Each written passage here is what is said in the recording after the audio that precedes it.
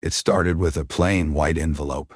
No return address. Just my name on the front, Daniel H., written in tight, shaky handwriting I didn't recognize. I'd just gotten back from work, tossed my bag by the couch, peeled off my shoes, and grabbed the mail from the kitchen counter like I always do. I live alone in a small apartment in Portland, Oregon, second floor, brick building, end of the hallway.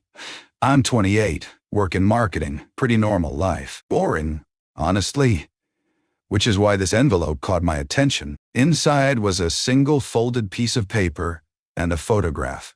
The paper was short, maybe 3 lines, handwritten. You deserve to know the truth. Ask your mother about July 1995. He's not your father. No signature. No hint who sent it. I laughed at first nervously. I mean, this is the kind of thing that kicks off a Netflix show. But the photo, that's what made my hands shake. It was a picture of my mom. Definitely her younger, maybe mid-20s, standing in front of a blue Mustang convertible with a man I didn't recognize. He was tall, white, bearded, with an arm around her waist. She was smiling. No wedding ring. The date on the back of the photo read July 1995. I was born in March 1996, so I called her. "Hey, sweetie," she answered cheerfully. She always did. Always that tone, like nothing in the world was ever wrong. "Hey, Mom," I said. My voice was tight. "Can I ask you something kind of weird?" "Of course." "What's up? Who's the guy you were with in July of '95? There was silence. I mean, real silence. I could hear the clock ticking in my kitchen through the phone. "Where did you hear that name?" she finally asked. "I didn't give you a name," I replied. More silence. Then in a soft, shaky breath. "Daniel, it's complicated. I won't write the whole conversation out because it dragged." She stuttered a lot, avoided direct answers. But eventually I got it out of her.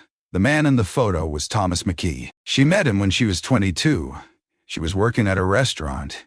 He was passing through town for business. They had a summer fling. She got pregnant. He left. She told Jim.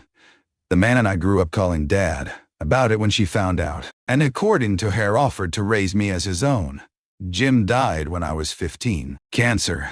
And I never suspected a thing. I felt sick. I hung up on her. Not because I was mad, but because I was overwhelmed. My entire identity had shifted in 5 minutes. I didn't know who I was anymore. I couldn't even look at myself in the mirror without wondering whose eyes I had. I didn't sleep that night. The next morning, I did what I always do when I can't stop thinking about something. I started digging. I searched Thomas McKee, Portland, 1995. Nothing came up.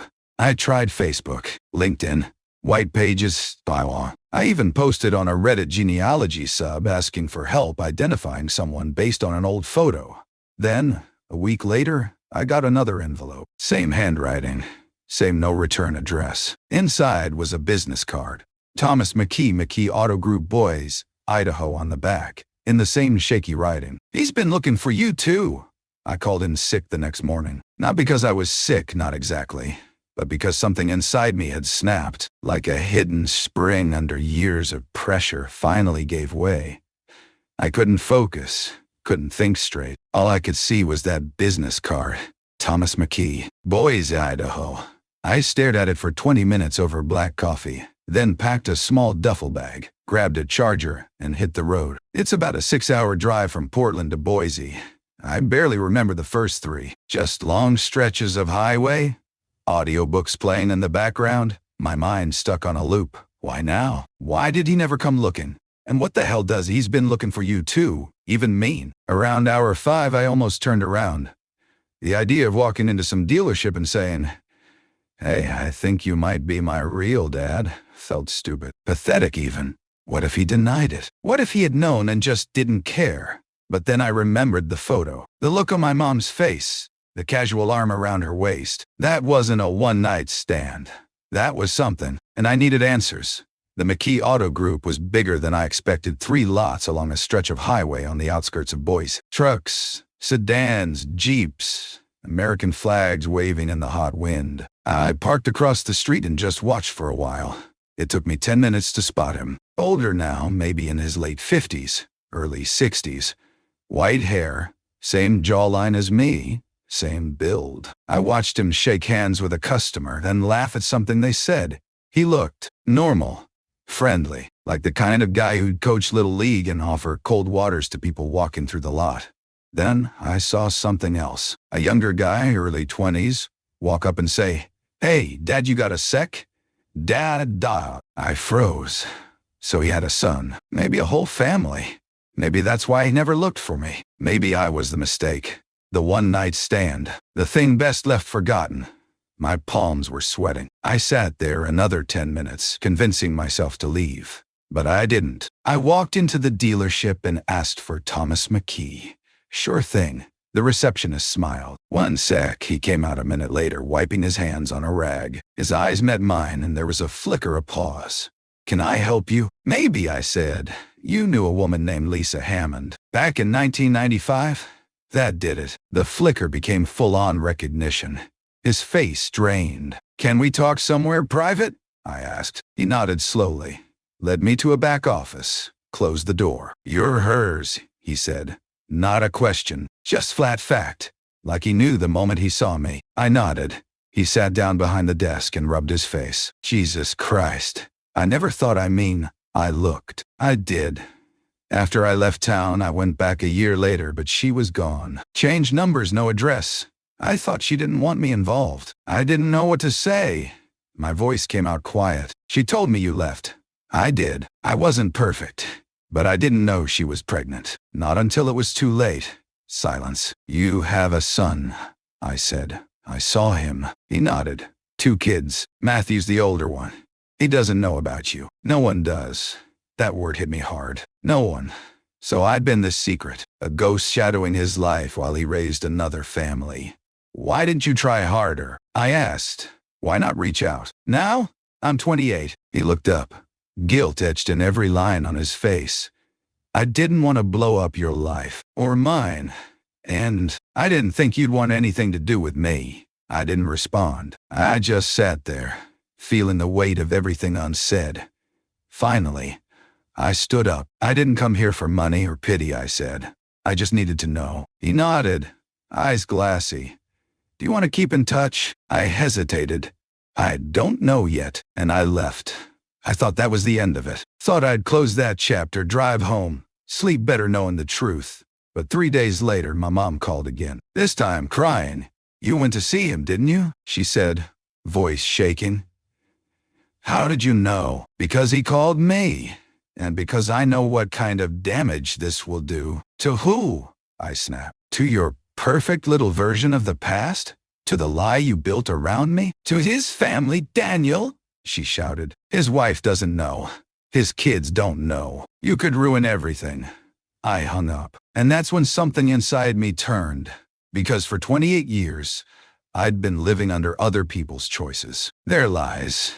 Their half-truths. And for once, just once, I wanted them to feel what I'd felt. So I picked up my phone, opened Facebook, typed the name, Matthew McKee, and hit send message. I stared at the blinking cursor for 5 minutes. Just me, the screen, and the emptiness of that message box. "What do you say to a stranger who might be your brother? Hey, I think your dad got my mom pregnant in 1995, and then never told you about me." Yeah, that wasn't gonna work. I finally wrote, "Hey, sorry if this is random. Just trying to piece together some family history and came across your name. Do you mind if I ask you something about your dad?" I hit send and closed the app, tossed my phone across the couch and stared at the ceiling. It felt wrong, but it also felt right. I wasn't trying to burn his life down. I just wanted the truth to exist somewhere other than inside a drawer full of lies. A few hours later, he responded, "Okay, what's up?" My heart thumped. I typed and deleted my response 3 times. Finally, I went for it. "I think there's a chance we're related. I know this is a lot. I'm not here to cause drama. Just looking for answers. I'm not asking for anything. Just maybe we could talk." He left me on read for hours. Around 9 p.m. he replied, "Are you saying my dad had a kid he never told us about?" No exclamation mark. No immediate denial. Just straight to the point. "Yes," I replied. "My mom is Lisa Hammond. They were together briefly in 1995. I was born in March 96. She told me recently. I went to see him." Another long pause. Then, "Call me."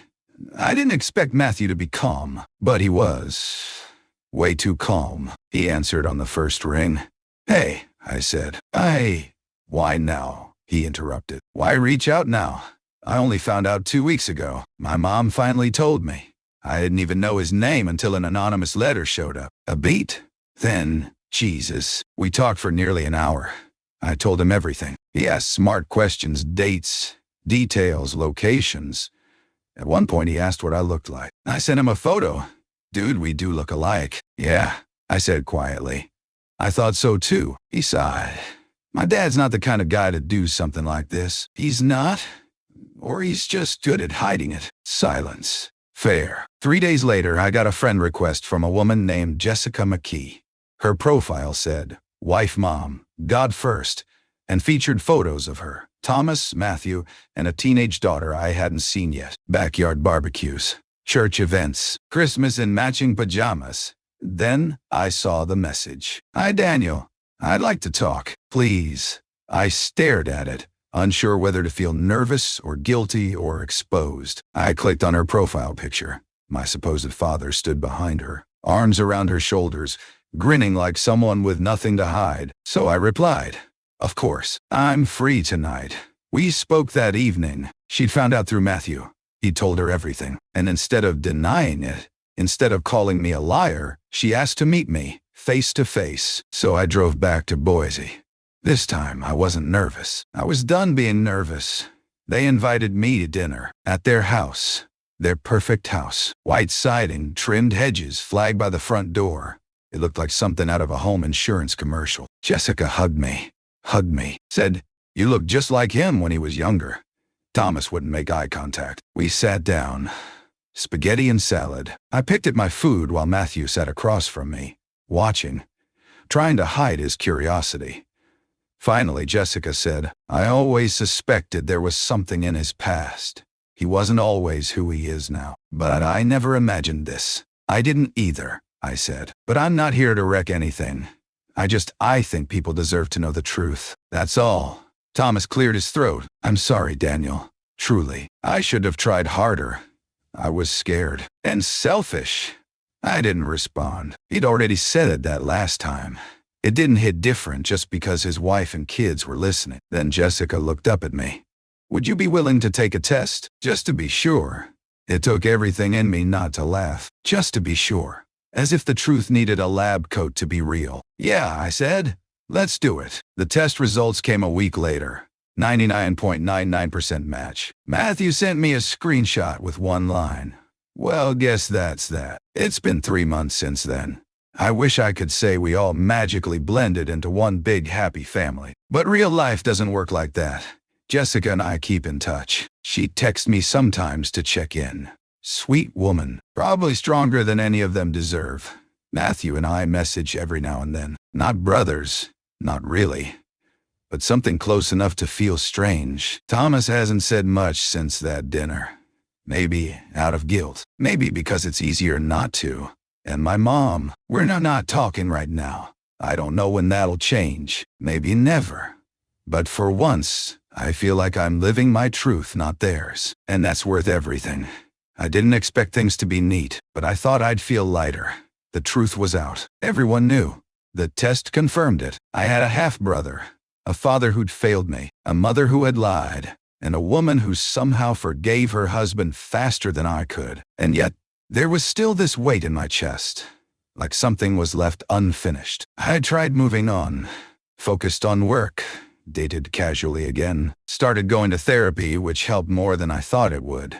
But every few weeks I'd get this itch, this nagging sense that I'd missed something. That's when I remembered the letter, the one that started all of this.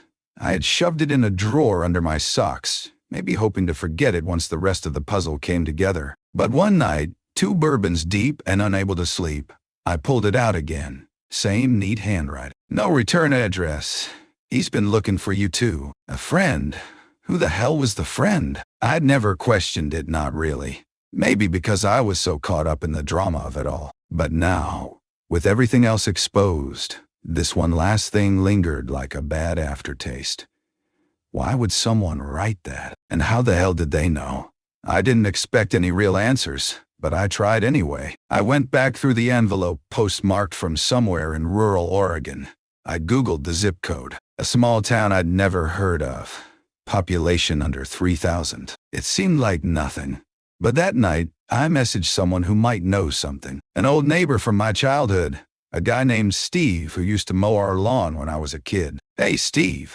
This is Daniel Hammond, Lisa's son. Random question. But do you remember anyone she was close with back in the day? Like, someone who might have known about my real dad?"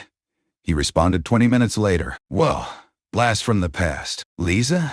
Damn, yeah. She had a friend woman named Cheryl. Lived a few blocks over. Real close for a few years. They used to talk all the time. Then one day she just vanished. That rang a bell. Barely. I remembered a woman with bright red nails and a raspy laugh who smoked on our porch sometimes. She always brought me candy. Do you know her last name?" Sorry, man. I think it was West or Weston, something like that. She moved out to Oregon way back. 3 hours of deep digging and a dozen false starts later, I found her. Cheryl Weston, age 61, living outside of Sisters, Oregon, a tiny town with one diner and no Uber. I called the number I found, heart racing. She answered on the second ring. "Hello? Hi, I'm looking for Cheryl Weston. My name's Daniel Hammond. I think you might have known my mother Lisa back in the late 90s. There was a pause, then a low chuckle. Well, she said. "Took you long enough." My blood went cold. "You wrote the letter." "Damn right I did." I drove out to see her the next morning. Her place was tucked into the edge of the forest, old A-frame cabin. Wind chimes on the porch, bird feeders swaying from trees. She looked exactly as I remembered. Wild red hair, sharp eyes, and that same gravel in a blender voice. "I figured you'd show up eventually," she said, lighting a cigarette. "You look just like him. More than Matthew does." "You knew?" I asked. "Sweetheart, I was there. Your mama was scared out of her damn mind. But proud, too. Too proud. She didn't want to be some guy's mistake. She wanted to raise you her way, on her terms. Why didn't she tell me?" Cheryl exhaled smoke through her nose. "Because that truth had teeth. It could tear up a lot of lives, yours included. But you sent the letter." She smiled, thin and sad. "Because I'm old enough now not to give a shit. And because he deserved to know you existed, whether he wanted to admit it or not." I sat there quietly, absorbing it. "I just wish someone had told me sooner." "Yeah," she said softly. "We all wish a lot of things." Before I left, she handed me a photo. It was old, faded. My mom and Thomas standing in front of a motel sign. He had his arm around her. She looked happy, really happy. She loved him, Cheryl said, even if she'd never admit it. I stared at the photo for a long time. Maybe they could have had something real if things had gone differently, if timing hadn't been so cruel. But life doesn't hand out second chances just because you want them. Some things you only get one shot at. Driving home, I realized something. The truth didn't fix anything. It didn't make my childhood better or rewrite the past. It didn't erase the years of wondering or the pain of being lied to. But it did give me something else. Perspective. I was never the mistake. I was the secret everyone was afraid to face. And now they had, whether they liked it or not. I didn't go back to Boise for a while after that. I thought about it when Jessica sent me a text for Thanksgiving, when Matthew posted a picture of their family on Christmas morning, but I couldn't do it. Something inside me just said, not yet. Not until I figure out who I want to be in all of this. Not just some new son, awkwardly thrown into a picture frame already full. But life doesn't wait for you to feel ready. One Saturday morning in late January, I got a call. It was Jessica. Her voice was shaking. Daniel Thomas had a stroke. I sat up straight in bed. What? Is he okay? They say he'll live, but it's bad. Right side paralyzed. His speech is slurred. He's in the hospital now. There was a pause. And then, he keeps asking for you. I didn't want to go. I didn't owe him that. Not really. But some part of me, the stupid, idealistic, unfinished part, needed to see him again. So I packed a bag and drove the 6 hours back to Boise. He was thinner, smaller somehow. Like the man I remembered had been emptied out and folded down. I walked into the hospital room, and for the first time, he cried. He couldn't say much. His words were slow, broken. But when he saw me, he reached out with the hand he could still move. I sat beside him, and he whispered, "Thank you for coming." I didn't know what to say, so I just held his hand. Over the next few days, I stayed at a cheap hotel nearby, visited him twice a day, talked to Jessica, talked to Matthew. It was weird, slipping into their lives like that, like I'd cracked open a door that was always meant to stay locked. But I wasn't just a ghost anymore. One night, while Jessica was out getting food, Thomas motioned for a pen. He scrawled something slowly on a piece of paper. His hand shook so badly it took me a minute to decipher it. It said, "Wish I was brave then." I swallowed hard and wrote back beneath it, "Me too." He stayed in the hospital for a month. After that, they moved him into a rehab facility. Jessica took a leave from work. Matthew flew back and forth when he could. And me? I went back home. But the story doesn't end there. Because one morning, months later, I opened my mailbox to find a small, nondescript envelope. No name, no return address. Just my address in thick, careful handwriting. Inside was a letter. "Daniel, if you're reading this, I'm probably not around anymore. I wanted to write something without a filter. No excuses, no distractions, just me. And you, I was a coward. I lied. I let fear dictate everything. I told myself you'd be better off without me. But the truth is, I didn't want to face the wreckage. Jessica is the only thing I ever did right, and I was terrified of losing her. But I lost you instead. I watched you grow up from afar. I had people tell me things, little updates here and there. It was selfish and it was weak, but I always wanted to know if you were okay. You are. You're more than okay. You're strong, and you didn't become bitter. I hope you keep that, because the world has a way of beating that out of people. I'm sorry I wasn't there. I hope one day you'll believe I wanted to be. I sat with that letter in my hands for a long time. I didn't cry. I thought I might, but I didn't. Instead, I felt peace, because this wasn't about forgiveness anymore. It was about truth. And finally, I had it all. Update. My biological father passed away last week. I wasn't supposed to exist, but I'm glad I do. Hey Reddit, this will be my last update. Some of you followed my earlier posts about tracking down my biological father after finding out the man I thought was my dad wasn't. Long story short, I found him. He had a whole other family, a wife, kids, a perfect suburban life. And I was the secret they never knew about. We met. He denied it, then admitted it, then tried to move forward. It wasn't perfect. It never will be. But in the end, he asked to see me when he was at his weakest. And I went. Not for him, but for me. He passed away last week, quietly, in his sleep. He left me a letter. It didn't fix everything, but it said what needed to be said. And honestly, that's all I ever wanted, just to know I wasn't invisible. Thanks for listening. Subscribe for more videos.